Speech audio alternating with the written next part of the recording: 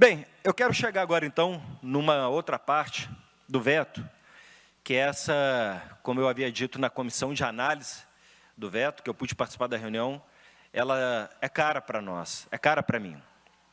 E eu já contei essa história aqui, e eu preciso recuperá-la para dialogar com os colegas parlamentares.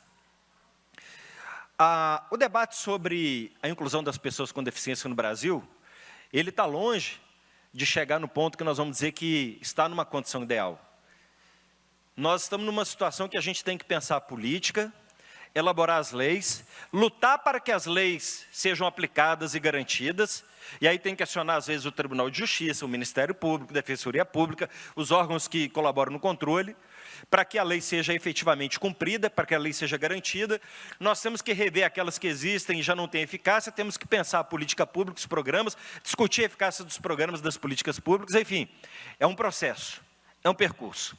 Mas dentro do debate da pessoa com deficiência, identificamos que há toda uma questão de isolamento, uma questão de não visibilidade das pessoas com as deficiências de neurodesenvolvimento, com as deficiências intelectuais, com as deficiências do transtorno global de neurodesenvolvimento, como é o caso dos autistas, das pessoas com TDAH, das pessoas com TOD.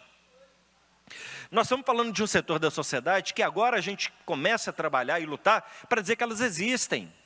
Até mesmo, deputado Raul, quando nós votamos aqui, aprovamos o nosso projeto, o projeto que eu apresentei, que falava do atendimento prioritário às pessoas com autismo, nós tivemos o reconhecimento de que era necessário, quando da indicação nas placas de sinalização do atendimento preferencial, era necessário que ali estivesse identificado o símbolo do autismo, deputado Gustavo Valadares. Era necessário porque a deficiência física, mobilidade reduzida, às vezes uma condição ou de outra, você, apenas pelo olhar, você ali identifica a situação daquela pessoa e sabe que ela está ali dentro do escopo do que a lei lhe garante no atendimento preferencial. No caso do autista, se a gente não tiver um trabalho de conscientização, de explicação, de orientação, ele pode passar, inclusive, como uma pessoa, abre aspas, comum, sem nenhum tipo de problema. Mas no momento que essa pessoa é cometida por uma crise, é uma questão de grande transtorno. Nós tivemos um caso, não faz muito tempo, de um autista que se machucou, teve a boca toda machucada, os dentes quebrados, porque não foi priorizado o atendimento para ele no embarque num avião, na aeronave, dentro do aeroporto. Quando está sem crise, numa condição normal, é tranquilo. Se entrar em crise é muito complicado para o pai, para o cuidador, para a mãe conter. Então, por isso que nós fizemos a lei, que foi aqui aprovada de forma unânime, que passou a vigorar em Minas Gerais, vários estabelecimentos, laboratórios, shopping centers, hospitais, já temos agora em vários estabelecimentos, supermercados, enfim, órgãos públicos, porque a sociedade entende que isso é importante, e que era importante trazer essa visibilidade. E ali, a Assembleia falou que esse público importa. Essas pessoas são importantes para nós. Quando eu comecei essa luta, foi ainda no meu primeiro mandato de deputado estadual. Primeiro mandato. Lá em 2015, ainda deputado novato, eu contei que eu assumi aqui a presidência da Comissão de Direitos Humanos. A Comissão de Direitos Humanos eu vim a descobrir depois, e agora iniciando meu terceiro mandato, eu confirmo essa constatação, é para mim uma das comissões mais importantes da Assembleia, se não a mais. É a comissão mais intensa da Assembleia. A gente brinca que na Comissão de Direitos Humanos, Lincoln, você acompanhou muito os nossos trabalhos, a gente pode morrer de tudo, inclusive de tiro, mas de tédio você não morre, porque ali não é possível. Ali é a última tentativa do indivíduo, é quando tudo mais, enquanto de possibilidade de buscar a garantia do direito, se esgotou, cai na Comissão de Direitos Humanos, de tudo vocês podem imaginar. Foi, inclusive, apelidada aqui na casa de Comissão do Fim do Mundo, né? Que muita coisa era debatida ali, pelo nível de complexidade que tinha, e que às vezes era um lugar que não poderia ter o tratamento que necessitava e merecia. Presidente por 2 mandatos da Comissão de Direitos Humanos. Entre outras coisas, na Comissão de Direitos Humanos, nós começamos a discutir a questão da inclusão social. As pessoas com algum tipo de deficiência, além da Comissão da Pessoa com Deficiência da Casa, nos procurava para tratar lá vários assuntos, e nós pautamos. Eu me lembro que uma das primeiras emendas parlamentares que eu pude destinar, no meu primeiro ano de mandato, deputado Raul, foi para a Associação dos Autistas do Norte de Minas, a ANDA. E aí eu fui lá fazer a entrega do veículo, eles precisavam para transportar os alunos, os trabalhadores, e aí eu fui lá conhecer e me mostraram todo o espaço, onde tinha terapia ocupacional, onde tinha o trabalho do fono, tinha o psicopedagogo e tal, e ali eu fui entendendo, falei, olha, mas é assim que funciona, né? Você sabe o que acontece? A gente acha que entende sobre esse tema, mas a gente não sabe muito sobre isso. A gente acha. Às vezes, eu conversar com as pessoas sobre autismo, alguém fala assim para mim, deputado, mas eu acho que todo mundo tem um pouco de autista, né? Mas eu acho que... eu vi sobre autismo, né? Parece que o Lionel Messi é autista, o Elon Musk é autista, o Anthony Hopkins, aí a romantização do autismo. Então, as pessoas não sabem ainda sobre isso. Não faz muito tempo, quem aqui tem a minha idade vai lembrar que quando a gente estudava, e eu estudei a vida toda em escola pública, lembra que tinha uns colegas na sala que a gente falava que era meio voado, o outro no mundo da lua, o outro muito bagunceiro, outro não sei o quê. Possivelmente, se for fazer hoje o diagnóstico, serão identificados, serão constatados com diagnóstico de algum tipo de autismo, algum nível, porque o autismo não é um igual ao outro, tem níveis. E a gente fala aqui dos níveis de suporte, 1, 2 e 3. Né? Severo, que é o popular severo, 3. O nível que as pessoas falam assim, o autismo leve, é outro erro, não existe autismo leve. Leve é porque não é a gente que carrega. Mas mesmo aqueles que são considerados autistas leves, vai conversar com eles para você saber quais são os transtornos que passam na cabeça dessas pessoas. Mas bem, nível de suporte 1, vamos chamar aqui autismo leve.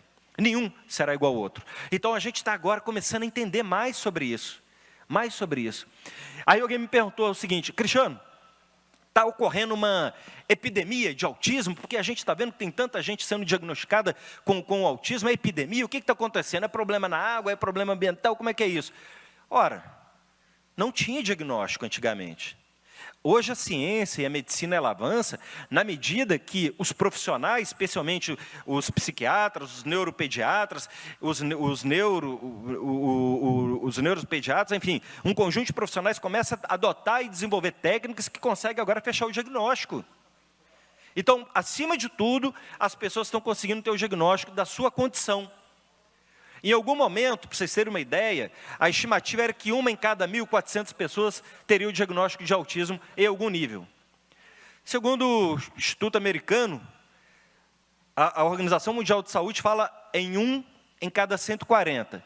Já o Instituto Americano, não me recordo o nome que agora, trago depois, 1 em cada 36 pessoas terá diagnóstico de algum nível de autismo. Deputado Ulisses, 1 e cada 1 no 36. Vossa Excelência, que é também um defensor da causa e tem projetos importantes sobre essa matéria, 1 em cada 36.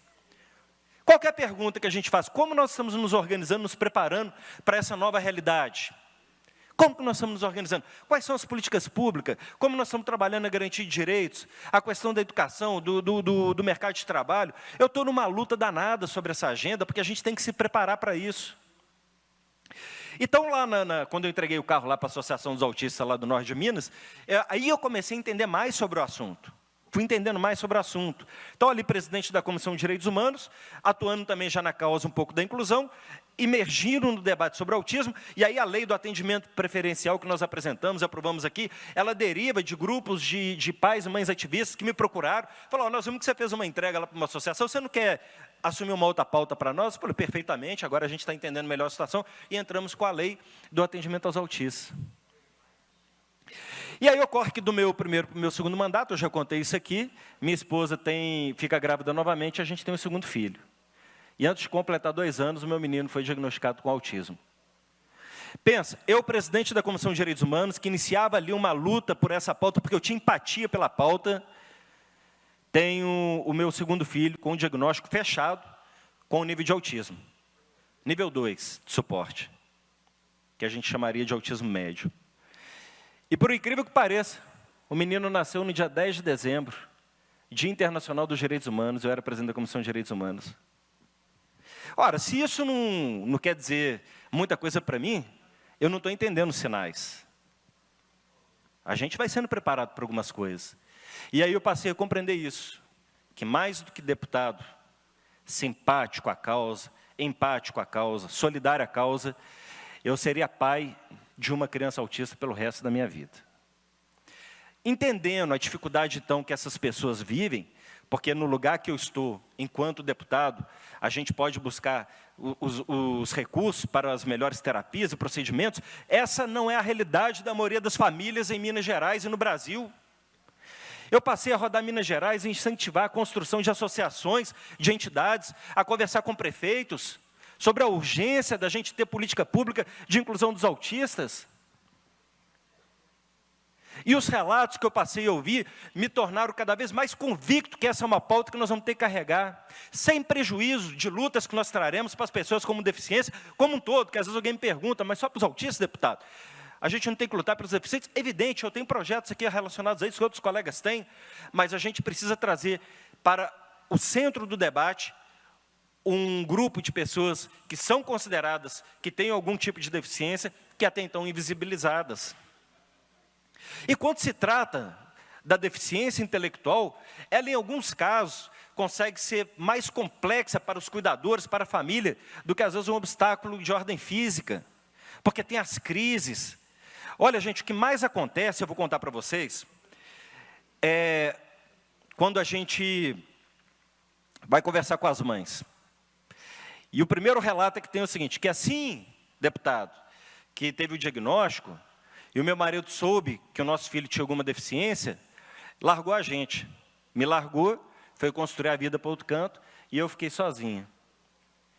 E eu tive que largar o emprego, não tinha mais salário, fomos lutar no INSS para ter o benefício, um louso benefício para o menino, com muito custo, porque até esse direito às vezes é negado, às vezes tem que entrar na justiça, nós conseguimos o direito, nós conseguimos o benefício, mas um salário mínimo, deputado, não dá, porque tem que cuidar, tem que comprar fralda às vezes, porque tem que comprar medicamento às vezes, que tem outras questões de suplementação alimentar, porque o autista, em alguns casos, ele tem seletividade alimentar, e além disso tudo, com esse mesmo dinheiro, a gente tem que cuidar da gente, eu tenho que cuidar de mim.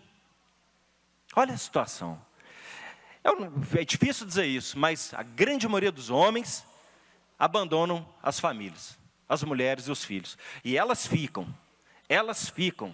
A coisa mais poderosa nesse mundo, gente, é o amor de mãe. Que a grande maioria fica e não abandona, a grande maioria das mães. Mas elas sofrem, porque aí os relatos que começam a chegar, é porque elas tendo que cuidar, sendo a cuidadora da pessoa ali com a deficiência, com o autismo, no caso, nós estamos falando sobre o autismo, ela não se cuida, não cuida da sua saúde, ela começa a ter depressão, ela começa a ter crise de ansiedade, ela começa a ter elevados níveis de estresse, e ela adoece também.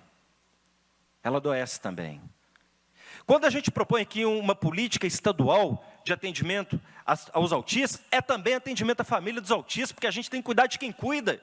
Porque às vezes quem cuida está cumprindo ali um papel que deveria ser do Estado, porque isso está previsto na Constituição. Quando eu falo da criação de centros regionais para atendimento aos autistas, é a gente estabelecer um equipamento público que não custa nada para o governo em termos de vista orçamentário, mas que tem um impacto social imenso. Eu passei a compreender isso quando eu fui entender a causa, quando eu fui estudar, quando eu fui ouvir as pessoas, que eu acho que o governador deveria fazê-lo. Ele deveria chamar aqui algum grupo de mães e tirar uma hora do dia dele para ouvir. Ele teria outra percepção. Ele entender que não se trata do Cristiano, que é um deputado do partido de oposição, e, portanto, mais uma vez um veto com viés político, e sem pensar e sem refletir sobre, essencialmente, o que a proposta estava trazendo. O que nós estamos falando aqui é cuidar das pessoas, cuidar da vida humana, é fazer inclusão de fato, não é fazer inclusão no discurso, é fazer inclusão de fato. Então, quando nós propusemos aqui a emenda no PPAG, o que nós dissemos? É necessário, importante que o Estado pense política pública descentralizada para esse público. Às vezes, eu converso com o prefeito no interior, cidade de 3 mil habitantes, 4 mil habitantes, e o prefeito, ele até quer construir a política local. Aí eu falo, prefeito, vamos contratar um terapeuta ocupacional? Ele disse, deputado, se você tiver um para me indicar, eu até contrato, mas aqui na cidade não tem. Que é outro problema, deputado Raul. E eu estou discutindo isso agora no governo federal, que eu fiz aqui uma audiência, que nós tiramos aqui recomendações para os municípios, para o Estado e para o governo federal, tem recomendação. Não sei se o senhor sabe, mas para terapia ocupacional, você tem 2 faculdades federais que têm curso, lá no Triângulo e a UFMG, apenas. Ora, Se está aumentando o número de autistas, nós temos que preparar para formar profissionais. O CREFITO me diz o seguinte, deputado, fisioterapeuta, nós temos mais de 30 mil em Minas. Terapeuta ocupacional não tem mais que 2 mil, pouco mais que 2 mil. A UENG, a Unimontes também poderia pensar nesse sentido. O governo do Estado poderia, então se trata disso, vamos pensar aqui como que a gente forma mais profissionais que vão trabalhar com esse público. Não, eu tenho cobrança para fazer para o governo federal também. Não pense que eu faço cobrança ao governador, não, que eu vou fazer também cobrança ao nosso governo federal, que ele tem que avançar na pauta da inclusão como um todo, volto a dizer, da pessoa com deficiência como um todo, mas aqui eu estou falando de um lugar que eu vivo, que eu estou, e que eu estou ajudando a trazer para a visibilidade. Para a visibilidade. Bem, então aí a gente está propondo aqui o Plano Estadual do Atendimento Integralizado da Pessoa com Autismo. No plano, nós queremos conversar, propor política pública para melhorar o processo educacional para que ele ocorra de fato. Não é somente a presença do aluno na sala de aula, mas que a presença dele seja uma presença qualificada, do qual ele dê conta de acompanhar o percurso formativo pedagógico. E aí o debate que nós fazemos aqui das questões das duas figuras, professor de apoio e profissional de apoio. Profissional de apoio, quando se trata de uma limitação física, cumpre bem o papel, mas o professor de apoio é fundamental quando se trata de uma dificuldade intelectual, de uma deficiência intelectual. E, para isso, nós vamos ter que pensar metodologia. Nós vamos pensar como é que a gente forma adequadamente esse profissional. Inclusive, em cima disso, eu coloquei uma emenda parlamentar lá no UENG de Divinópolis, e a gente desenvolveu ali uma metodologia, um programa de formação de professores para a educação inclusiva na questão do autismo. Que hoje, os autistas, quando se o senhor pedir uma estatística, né, do universo de alunos que estão na educação especial, qual o percentual desses que tem algum problema de neurodesenvolvimento, que é deficiência intelectual, especialmente autista? O número é muito expressivo, muito significativo. Então, é importante pensarmos a metodologia da formação dos profissionais de apoio. E, quiçá, também os professores, regente, por que não? Se é uma nova realidade, todos nós temos que nos adaptar a esta realidade. Lá no plano estadual, nós estamos propondo isso. Nós estamos propondo acesso a medicamentos, porque tem medicamentos que são de alto custo, e as famílias não têm, porque às vezes não está no rol dos medicamentos que são previstos de oferta pelo sistema público. Nós estamos falando, então, da questão do cuidado das mães, nós estamos falando do ingresso no mercado de trabalho. Inclusive, essa semana eu tive uma reunião muito boa com a FIENG. Levei para o presidente da FIENG, Flávio Rosco, a questão que o autista, para fins de direito, segundo a lei Edith Piana, de 2012, ele está enquadrado nos mesmos direitos da pessoa com deficiência. Portanto, ele cumpre a cota dos 2%, quando se trata, né, que você tem um número X de parece, 400 funcionários, se não me engano, a partir desse número, 2%, pessoas com deficiência para fins da inclusão. E foi muito bem recebida a proposta. A FIENG se comprometeu a analisar o nosso pedido, ver como é que a gente conforma isso. Tem muito autista adulto que tem capacidade laboral, de trabalho. Então, a gente está lá conversando, estamos lutando, batalhando. Agora eu vou conversar com a FEComércio e vou conversar com todo mundo que eu puder. É uma cruzada, deputado Raul Belém, é uma cruzada. Mas eu tenho esperança que nós vamos, no final da nossa caminhada e da nossa passagem por aqui, lá na frente nós vamos falar, hoje está melhor do que quando nós chegamos. Depois, claro, que quem continuar a luta vai deixar melhor do que nós vamos deixar. Mas eu tenho plena certeza que, em Minas Gerais, nós vamos deixar esse Estado mais inclusivo do que quando nós chegamos aqui. Nós vamos trabalhar muito para isso. Não é uma pauta ideológica, não é uma pauta que tem dono. Não é a pauta do Cristiano, a pauta do autismo. Não é a pauta da Assembleia Legislativa. Eu vi a fala do deputado Nayara aqui, achei importante, que quer constituir uma frente parlamentar sobre essa questão e que quer propor projeto de lei. Eu vou votar todos, vou ajudar a tramitação de todos, vou colaborar na aprovação de todos. Eu quero participar das audiências, das reuniões, de todas as atividades. Nossa, gente, assim, se todos os deputados aqui quiserem ter projeto nessa pauta, ou colaborar na pauta, aí nós vamos ter uma entrega fantástica para o povo de Minas Gerais na questão da inclusão da pessoa com deficiência como um todo. Eu estou falando do autismo, mas eu quero dizer que nós temos essa preocupação com a questão da inclusão da pessoa com deficiência como um todo. Então, o plano estadual, que eu estava me referindo, nós aprovamos ele aqui em primeiro turno, por unanimidade. É evidente que temos um acordo de fazer ajustes no projeto, eu tenho pleno entendimento sobre isso, para a gente ajustar e adequar o projeto, legal, e quero contribuições para a gente aperfeiçoar a matéria, mas aprovamos por unanimidade. E o plano, deputado Raul, ele já previa a criação dos centros regionais. Então, eu entendo que se nós aprovamos o plano em primeiro turno, e que previa a criação dos centros regionais, nada melhor do que ter a previsão no PPAG, dos centros regionais, para o governo se organizar e se programar, já ter isso de forma ali prevista, autorizada para a criação, que é uma política pública importante.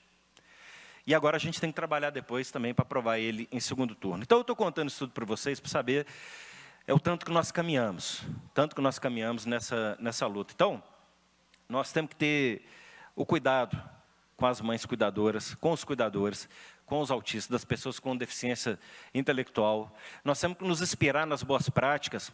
Deputado Raul, a cidade de Caparaó é uma cidade pequena, não sei se você conhece ali subindo ali a Serra do Brigadeiro, Parque do Brigadeiro. É um município pequeno.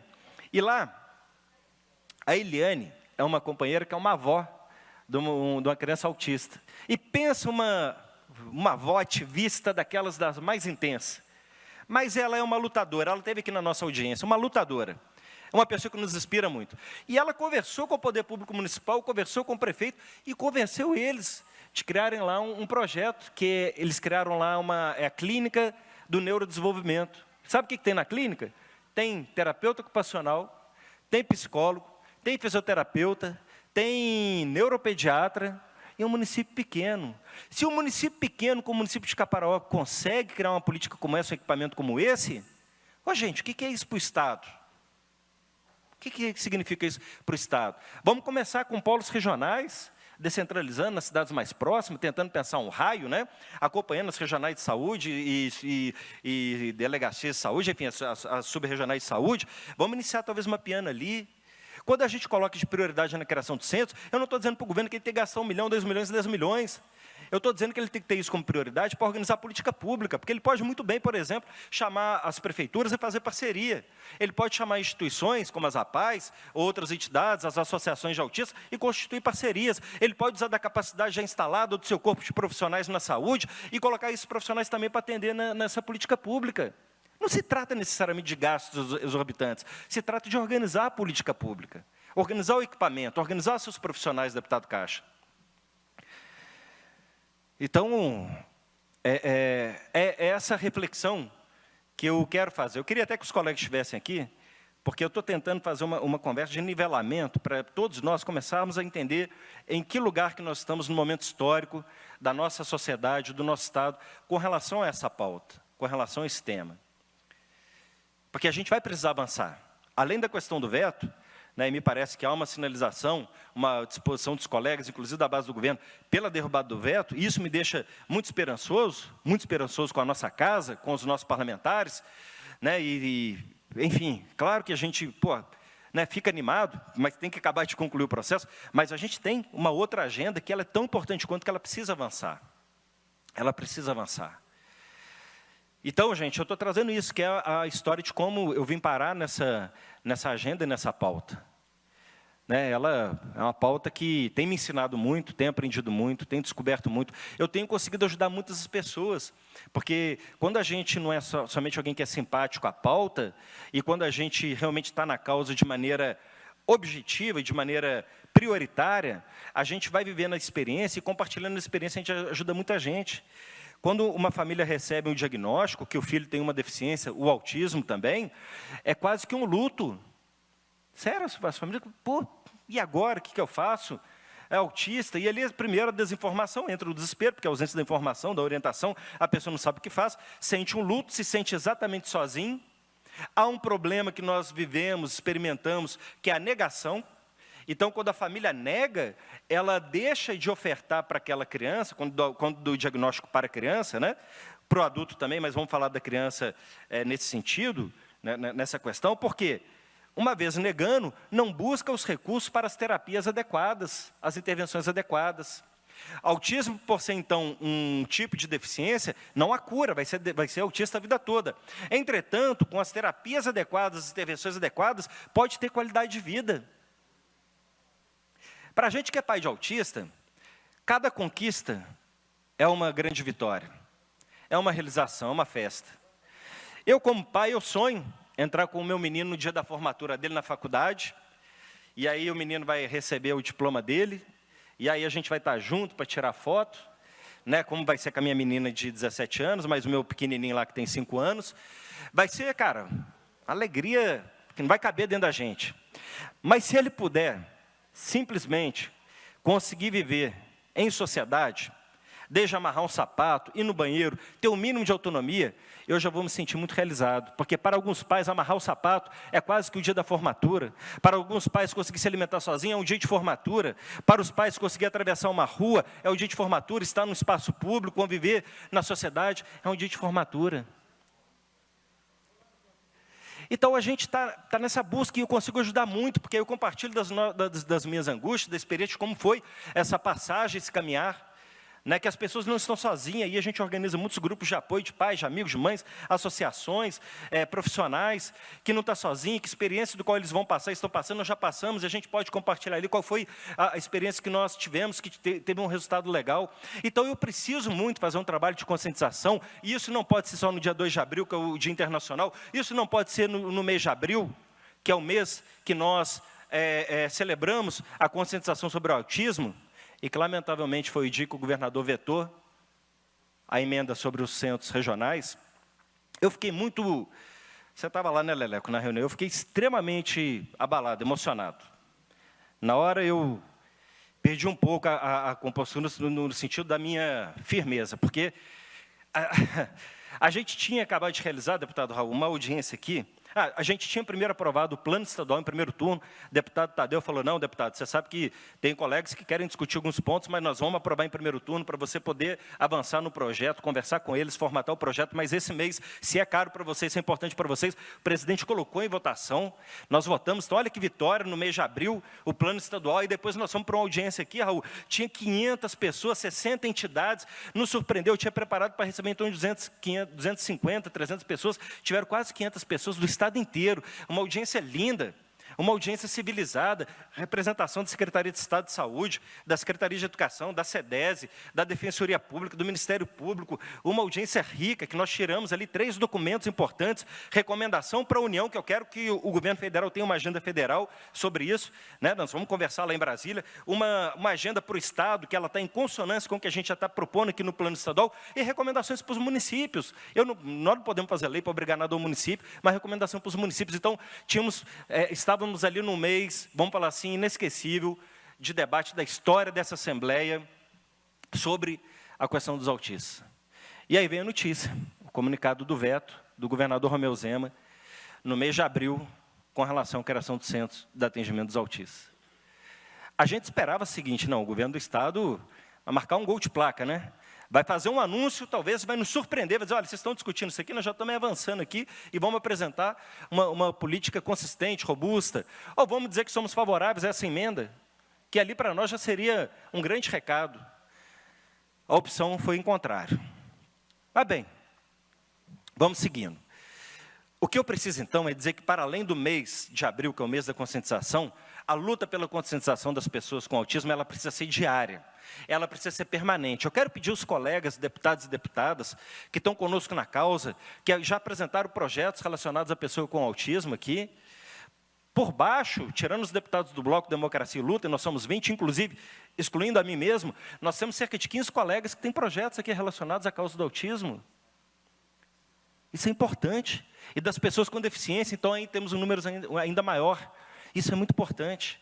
Então, a gente está querendo dizer que nós vamos ter essa pauta de forma permanente, porque ela não pode ficar circunscrita a apenas uma data no calendário, que ninguém é autista somente no dia 2 de abril, ou somente no mês de abril. E é assim que a gente vai avançar. E aí, quando a gente dá visibilidade, a gente ajuda na conscientização, e aí os pais, as famílias vão entender que não pode descuidar dessa questão, que não pode negar a condição, caso tenha ali os sinais do qual precisa passar pelo diagnóstico. E que, uma vez tendo o diagnóstico, que não negue o diagnóstico, já busque os tratamentos e as terapias adequadas, mas eles precisam estar sendo ofertados. Eles precisam estar sendo ofertados para os pobres que não têm plano de saúde, para aqueles que estão em regiões remotas. Não pode ser a terapia, o tratamento, o terapeuta ocupacional, o fono, o neuropediatra, privilégio de quem é rico, privilégio de quem tem plano de saúde, porque essa é a minoria da nossa sociedade. Como que nós vamos fazer com os filhos dos autistas pobres desse Estado?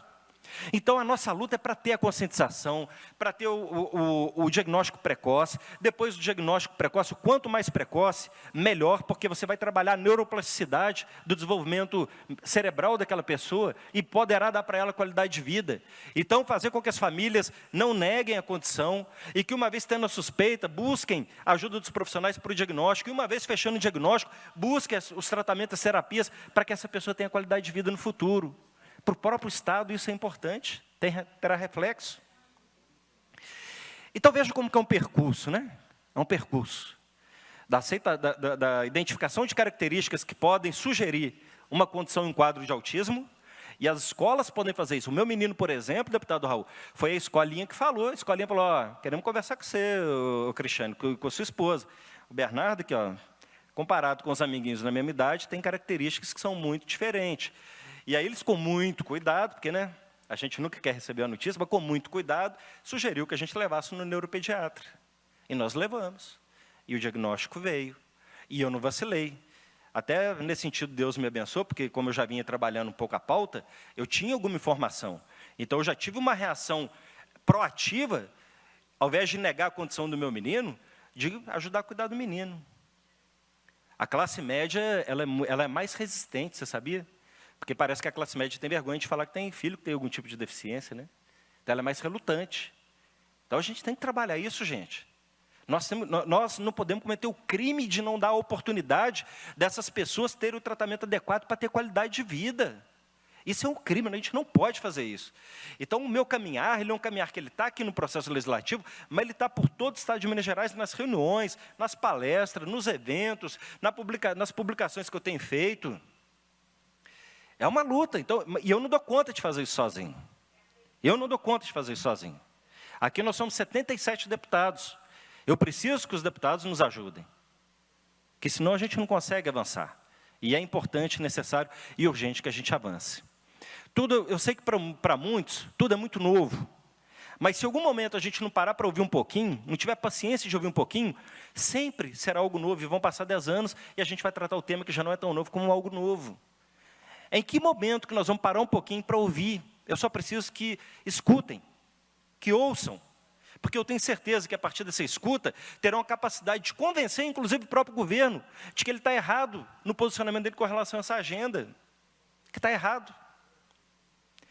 E a gente conseguindo avançar nessa agenda, nós vamos celebrar, que será uma conquista do poder público de Minas Gerais como um todo. Não será nenhuma vitória individualizada. Não será a vitória de um deputado, não será a vitória apenas de uma bancada, apenas de uma frente, apenas de um bloco, apenas de um poder, mas será a conquista e vitória de todos nós enquanto sociedade de Minas Gerais. Veja que o tema ele não tem viés ideológico. Eu soube que no Rio Grande do Sul, o governador Eduardo Leite, que é mais do campo ideológico do governador Romeu Zema do que do meu campo ideológico, já iniciou um trabalho de constituição do Centro de Atendimento às Pessoas com Autismo no Rio Grande do Sul. Quando a gente propôs isso aqui, a gente não tirou nada da cabeça. A gente vinha vendo as experiências interessantes que estavam acontecendo em outros lugares, para a gente trazer também aqui essa proposta. Então, eu espero que o debate que nós vamos fazer, e eu estou muito esperançoso com o voto dos colegas com relação a este veto, e na sequência, o que ele poderá desdobrar, e adiante, o plano estadual, eu estou muito otimista. Quando aqui foi me dito que os deputados da base, aqueles que militam na questão do autismo e também na questão da pessoa com deficiência, havia se indignado com o veto e foram até o governo e haviam dialogado, discutido isso com o governo, me deu muita esperança. Porque, no final das contas, se faltou sensibilidade humana do Executivo Estadual do governador Romeu Zema, me parece que o mesmo não vai acontecer aqui. Que a sensibilidade humana, que a causa da inclusão da pessoa com deficiência é prioridade na Assembleia Legislativa. Que os deputados vão se posicionar firmemente e dizendo que não. Se para o governo do Estado, os autistas, as pessoas com os transtornos de neurodesenvolvimento, e claro, nós estamos falando de um conjunto de pessoas que pertencem ao conjunto das pessoas com deficiência, não tem importância para ele, para a Assembleia Legislativa tem. E isso, se concretizando, me fará ter muito orgulho de pertencer a essa casa, de pertencer a essa legislatura, de estar aqui com as diferenças ideológicas que temos, mas com pensamento em comum no que diz respeito à inclusão social. É isso, gente. Nós temos que lutar para que as pessoas tenham acesso ao diagnóstico, para que as pessoas tenham acesso à terapia, para que as mães, e muitas, eu tenho recebido relato de mães que têm se automutilado, tem relato de suicídio, tem relato de automutilação, tem relato de menino com autismo que está sendo espancado na escola. É só perceber aí, fazer uma pesquisa no Google, que vocês vão ver as matérias a respeito. Tem relato de menino com autismo que tem sido violentado. Há pouco tempo, em briga de trânsito, um pai perdeu a vida porque o filho autista estava apertando a buzina, o outro motorista, conhecido, inclusive, ficou nervoso e foi lá e atirou no pai. Há questões que se desdobram de maneira muito grave se esse assunto não for tratado com a importância que ele tem que ser tratado. O meu menino ele ainda tem dificuldade de fala. Nós estamos fazendo um trabalho com fono para tentar trabalhar a melhora da fala. E, às vezes, alguma dificuldade na cognição. A gente morre de medo. Porque, imagine, essa criança sofrendo uma violência e não conseguir contar para o pai. Não conseguir contar para a mãe. Para a gente tomar as medidas que tem que tomar. Em várias clínicas de pessoas com autismo, violências por parte de alguns terapeutas aconteceram. Isso é muito sério e isso é muito grave. Então, presidente, eu vou encerrando. Faltam aqui 10 minutos para encerrar minha fala. Mas eu quero, de novo, fazer esse pedido. Eu sei que muitos colegas que não estão aqui no plenário estão nos acompanhando, e peço que aqueles que estão nos acompanhando nos ajudem a repercutir esse nosso pedido, para que somem conosco nessa luta, para que não se trata de derrotar o governo. O governador vai ser derrotado pela própria base. Definitivamente não. Que não encaremos dessa maneira. Não encaremos dessa maneira. Encaremos como um processo pedagógico que o Poder Legislativo fará para que o Poder Executivo, as nossas instituições, entendam que esse assunto para nós é importante, é um assunto caro e que nós queremos tratá-lo com a seriedade que ele merece. Não se trata de derrota de ninguém, se trata de vitória, de uma luta que vem sendo construída de uma maneira tão árdua, tão dura. Então, eu quero aqui agradecer esse espaço. Agradecer essa oportunidade, agradecer ao deputado Leleco, que gentilmente era o primeiro inscrito, abriu mão da inscrição para que eu pudesse aqui discutir. Agradecer ao deputado Ulisses, o nosso líder, que ajudou a conduzir também todo esse debate, essa construção, colega que tem apresentado a pauta. A todos aqueles que têm projetos, que permaneçam firmes, que continuem apresentando propostas, que continuem nos ajudando nesse debate, que levem para as suas bases, para os seus apoiadores, o assunto que para nós é tão importante. Repito, não é legislar em causa própria, é legislar em causa coletiva.